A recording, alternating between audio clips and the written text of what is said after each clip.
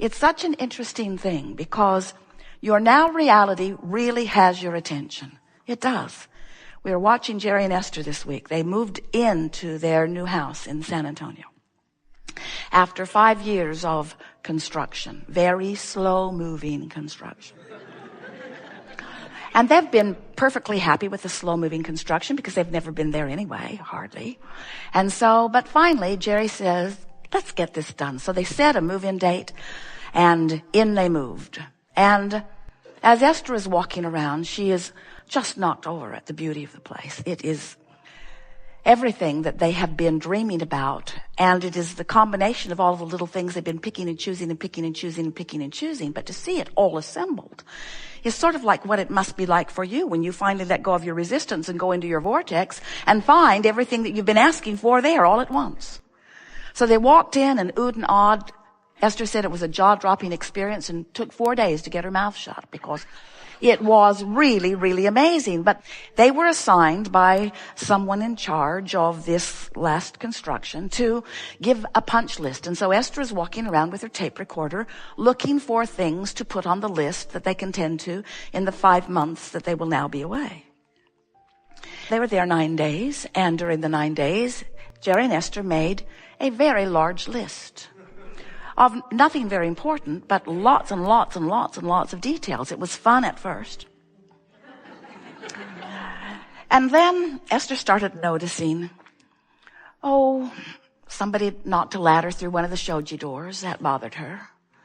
And someone had knocked a hole over here. In other words, construction things are sort of hard on things. And Esther said to Jerry, our house is old and we haven't moved in yet. And Jerry said, it's going to get older before you move in, so brace yourself, because there's many more people going to be there. And so Esther began that little discomfort as she began walking around. And then one day, a very nice man came to finish the cabinets in the laundry room. And Esther liked him so much. And then she saw him out on the deck, standing in the dirt, working with his skill saw. And then she saw him tracking all of this dirt and stuff into the house.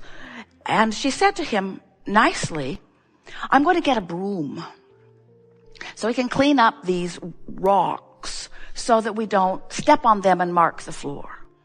And he looked at Esther like she was his own annoying mother and said, ma'am, which in and of itself is annoying, I always clean up after myself. And Esther said, I want you to clean up during so that we don't mark up the floor. So Esther cleaned it up and put a mat out for him to stand in so he didn't have to stand in it. And then as he was back in the room, Esther looked down and there was a screw, a long screw, laying on the wood floor just outside the door of the laundry room. And Esther said to him, see that screw? If someone steps on that screw, it's going to make a mark on my beautiful floor. So Esther picked it up and handed it to him. And he looked back at her, sure now that she is his mother.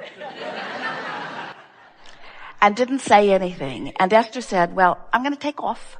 And off they went. And when they came back, the laundry room was beautifully assembled. And about 4 inches from where that screw had been was a big mark on the floor where he had stepped on another screw. Just like Esther created it to be.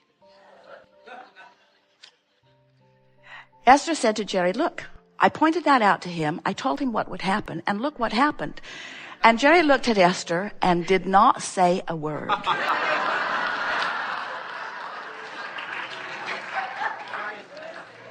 However, Esther can read his mind, so he was still in trouble.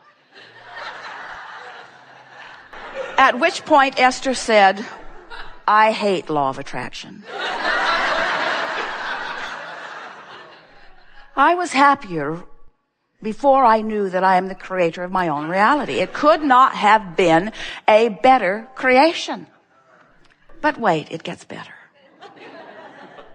Then the furniture company came, delivering some beautiful furniture that they've picked out from California. We're reaching for the best way to break this to you easily. So the nice men bring the big, beautiful console table in. And it's all wrapped up, just like they promised it would be when they said they would deliver it. Wrapped up with foam and cardboard and shrink wrap. You couldn't even see the table. And it was upside down on a dolly, a long dolly. So in they wheeled it, and they carefully cut it with Esther hovering, saying, "It's really shiny. Watch that blade. Be careful with my table. It's one of a kind. I wouldn't want anything to happen to it." So they trimmed it and trimmed it and trimmed it and exposed it, and it is the most beautiful table Esther has ever seen, except it was upside down. And when they turned it over, the top came off the base crashed to the floor, made a big hole in the floor, and broke the table.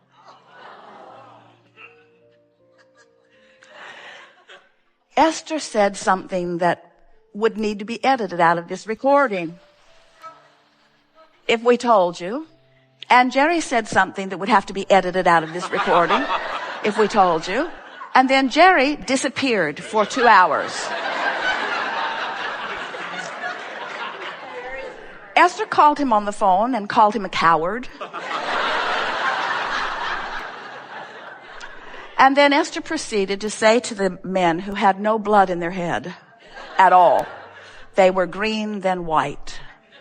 Esther said, "This was not your fault. This was an accident looking for a place to be delivered to me.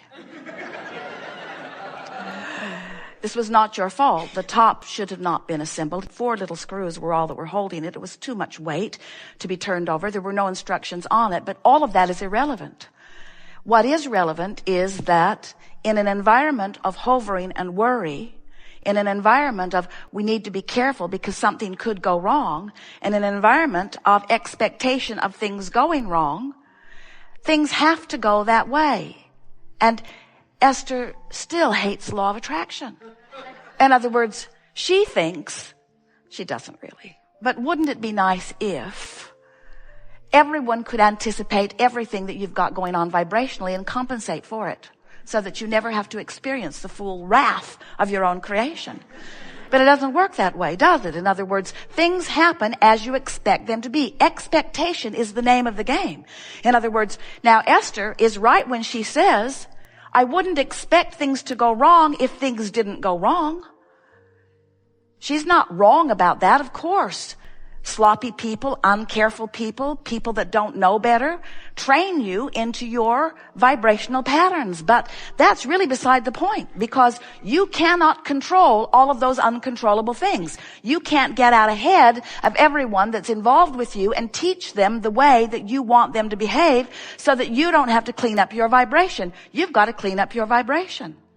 And that's really the thing that we want all of you to know. Now, some of you are thinking, let's see, Esther met Abraham in 1985. Abraham's been saying the same thing for all of those years. Esther still doesn't get it. There's no hope for me. I think I will go home. But really what's happening is Jerry and Esther have a spectacular life. But law of attraction does not make them the exception. Ever. Law of attraction treats them the way they offer their vibration to be. It's just that way.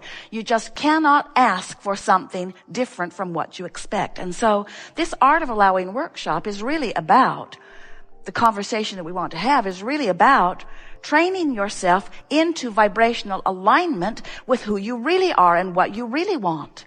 You see, all the disappointment that you feel, whether it's because someone dropped your table or because someone hurt your feelings or because something went wrong in their life or because they deceived you or you wanted better for them, everything that goes wrong, what it really is about, and this is a little hard to hear, but once you get the hang of this, it's going to free you from so much impossible struggle. What it's really about is that through life, you have created a version of everything, and it is in your vortex of creation. And every bit of disappointment that you have is because you're not in the moment living up to the version that you have created. In other words, Esther has created a version of cooperative people and a beautiful house and things unfolding nicely. She's created that version in her mind as they've been driving around the nation, picking things for years and years and years. She has an image in her vortex, not just an image, a vibrational reality of how she wants that to be, how she wants her business business to be, how she wants each and every relationship to be. You all have this too. And when she faces a reality that defies that version, it is the defiance of that version that equals the negative emotion. Esther is not upset because the table is broken. Now you all gasp, because you think that that's what it is about. Esther would have thought that that is what it is about. Don't want a broken table, got a broken table, that's why I'm upset. But it isn't for that reason. The upset is because she was not and is not a current vibrational match to the version of her life that she has put into her vortex. So now Esther could play that back. All right, Abraham. My table was just dropped. It was pretty for a minute. My table was just dropped. And there's a perfect table in my vortex. Is that what you're saying? How do I reconcile the broken table with the table that's in the vortex? By understanding that you never get it done and you can't get it wrong. By understanding that the discord is not because the table is broken. Now that's hard to hear. The discord is because in this moment that you are looking at the broken table, you are not living up to the version of your life. It's not a broken table. It's a feeling of out of controlness. It's not a broken table. It's about not getting to be home, but only for 9 days before I'm taking off. It's not about a broken table. It's about trying to do too much in too short of time. It's not about a broken table. Are you hearing what we're getting at? It's about not living up to the version that is in your vortex. You've got to keep up with you. Life keeps causing you to expand. And it was so interesting because Jerry had walked away and he'd gotten involved in other things and had forgotten about the table. Esther was there while the men were still unwrapping other things. And they were all laughing about it. Esther said, "I'm sorry for my outburst." And the man said, "I thought you took it rather well." And then they began laughing about it and speculating what now and pondering whether it could be fixed. And Esther's talking about how interesting it is and how all of the pieces seem to be there. And someone really good at it may be able to put it into place, and a really good woodworker, and there are several around. In fact, she knows one, could probably have a very good time making that table new again. Now, later, all through the rest of the week, as Esther is walking by, seeing the broken leg on the table, she's looking at it differently. In other words, past the shock of it and into the solution of it.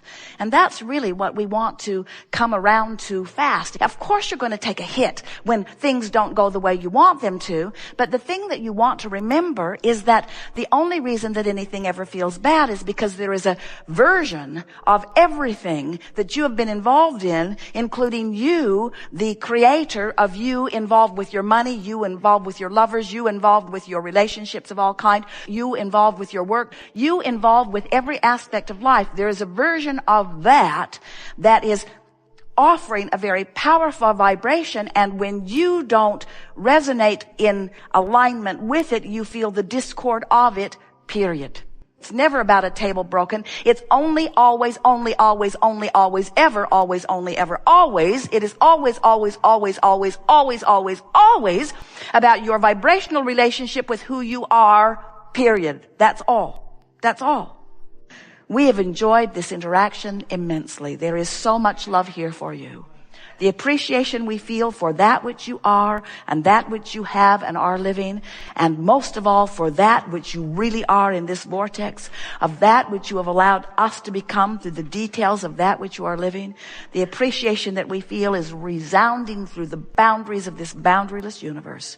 And it is time for you to get in on the fun of all of that. And as always, we remain eternally and joyfully, blissfully in the vortex.